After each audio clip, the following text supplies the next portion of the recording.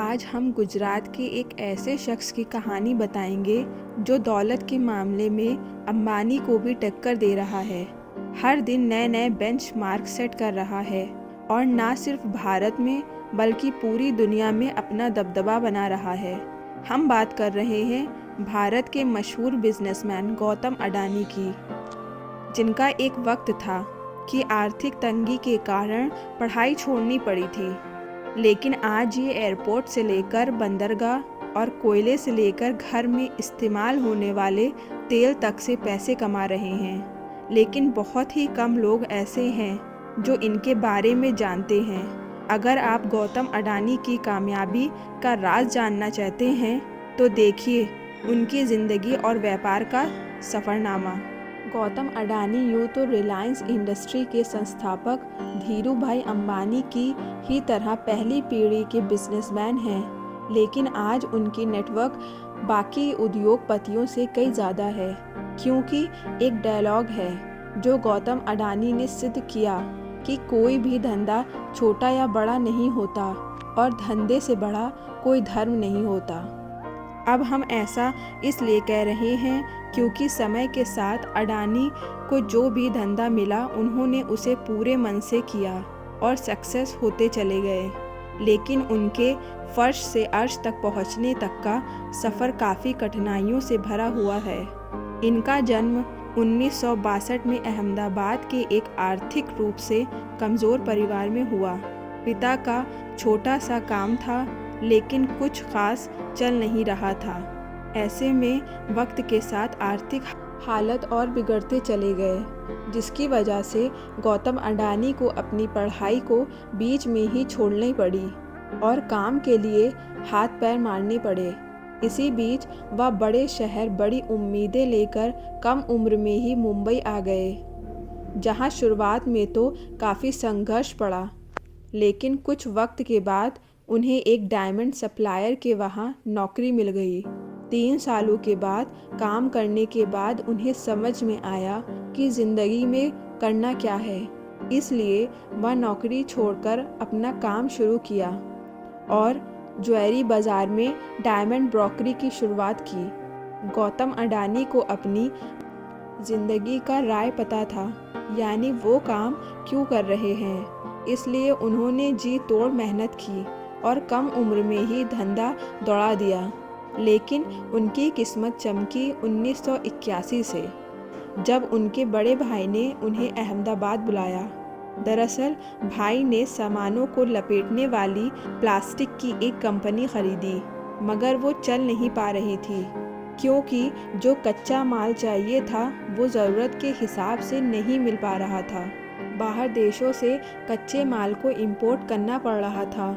ऐसे में इसे एक अवसर के तौर पर देखते हुए अडानी ने कांडला पोर्ट पर प्लास्टिक ग्रोयोन्स का आयात शुरू किया और 1988 में शुरू की अडानी एक्सपोर्ट, जिसका नाम बदलकर बाद में अडानी इंटरप्राइजेस कर दिया गया।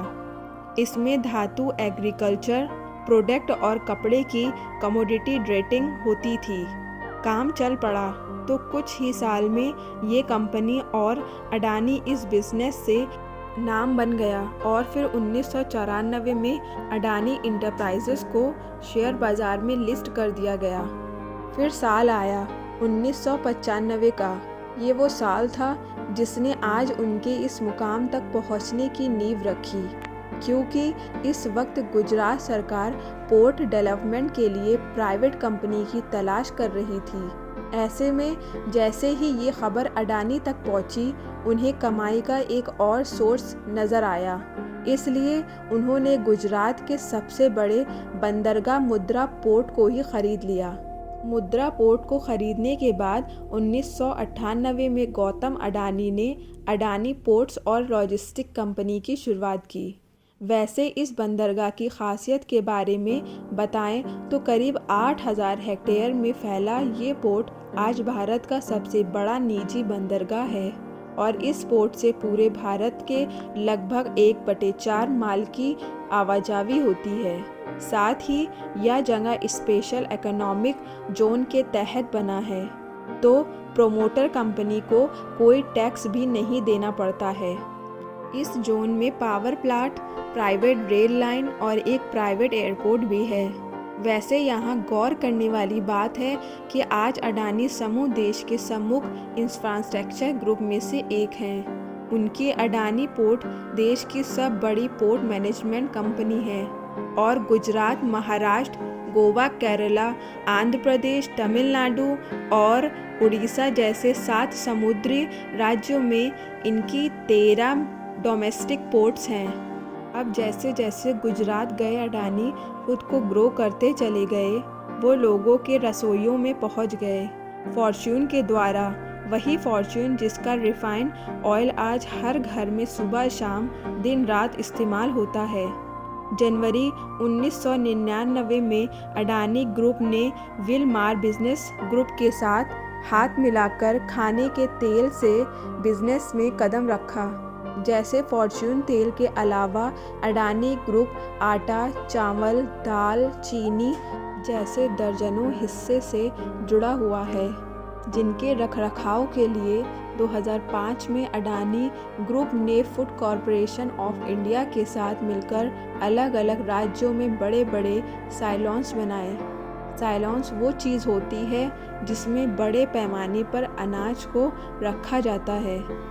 साइलॉन्स को कनेक्टिविटी के लिए अडानी ग्रुप ने नीचे रेल लाइन भी बनाई ताकि अनाज को लाने और ले जाने में आसानी हो। अब अडानी को काले कोयले में भी पैसा दिखा। उन्होंने डोमेस्टिक इलेक्ट्रिसिटी का जनरेशन किया, बड़े बड़े राज्यों को बिजली सप्लाई करनी शुरू की।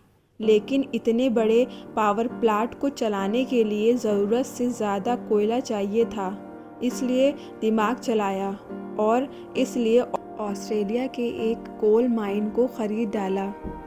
फॉर्च्यून इंडिया मैगज़ीन के मुताबिक 2010 में अडानी ने लिंक एनर्जी से 12,147 करोड़ में कोयला खदान खरीदी थी। इस खदान में 7.8 बिलियन टन के खनिज भंडार हैं, जो हर साल 60 मिलियन टन हर साल कोयला पैदा कर सकती है। इसी तरह इंफ्रास्ट्रक्चर की कमी से इंडोनेशिया में मौजूद तेल, गैस और कोयला के लिए अडानी ग्रुप ने साउथ सुमात्रा को कोयला ढुलाई के लिए 1.5 अरब डॉलर निवेश करने की घोषणा की। उस समय इंडोनेशिया इन्वेस्टमेंट अथॉरिटी ने बताया था कि अडानी ग्रुप 5 करोड़ टन की क्षमता वाले एक कोल हैंडलिंग पोर्ट का निर्माण करेगा और साउथ सुमात्रा आइलैंड की खदानों से कोयला निकालने के लिए 250 किलोमीटर रेल लाइन बिछाएगा। इसी तरह अडानी अपना कारोबार फैलाते गए और पैसा अकाउंट में आता चला गया। जिस अडानी साम्राज्य का कारोबार 2002 में 76.5 करोड़ डॉलर था, वो 2014 तक के आते आते 10 अरब डॉलर हो गया। साथ ही वक्त की ज़रूरत को देखते हुए अडानी ग्रुप ने नेचुरल गैस के क्षेत्र में भी बिजनेस को बढ़ाया और 2017 में सोलर पीवी पैनल बनाना शुरू किया। उधर बंदरगाह और निजी रेल लाइन के बाद अडानी ने एयरपोर्ट्स की तरफ उड़ान भरी और 2019 में अहमदाबाद, लखनऊ, बेंगलोर, जयपुर, गुवाहाटी और त्रिवंतपुरम जैसे 6 हवाई अड्डों के मॉडर्नाइजेशन और ऑपरेशन की जिम्मेदारी उठा ली। अब अगले 50 सालों तक अडानी ग्रुप इन सभी एयरपोर्ट का ऑपरेशन, मैनेजमेंट और डेवलपमेंट संभालेगा। वही मुंबई इंटरनेशनल एयरपोर्ट लिमिटेड में भी अडानी ग्रुप के पास 74% की हिस्सेदारी है और ये बताने की ज़रूरत नहीं है कि भारत में मुंबई एयरपोर्ट दिल्ली के बाद देश का सबसे बड़ा एयरपोर्ट है। वैसे जिस तरह सुंदर आकार लेने से पहले सोने को खूब तपाया जाता है, ठीक उसी तरह गौतम अडानी को भी जीवन में कई तरह का ताप झेलना पड़ा। उनका सामना कई तरह के विवादों से हुआ, लेकिन उन्होंने एक सबसे अलग मुकाम हासिल किया, जिसका नतीजा है कि आज गौतम अडानी का कारोबार पूरी दुनिया में फैला हुआ है। उम्मीद करते हैं गौतम अडानी की यह सक्सेस स्टोरी आप सभी को ज़रूर पसंद आई होगी। कमेंट करके हमें ज़रूर बताएं। चैनल को सब्सक्राइब कर लीजिएगा। साथ ही बेल आइकन को दबाकर ऑल पर सेट कर लिए ताकि आप सभी तक और अच्छी कहानी पहुंच सके। धन्यवाद।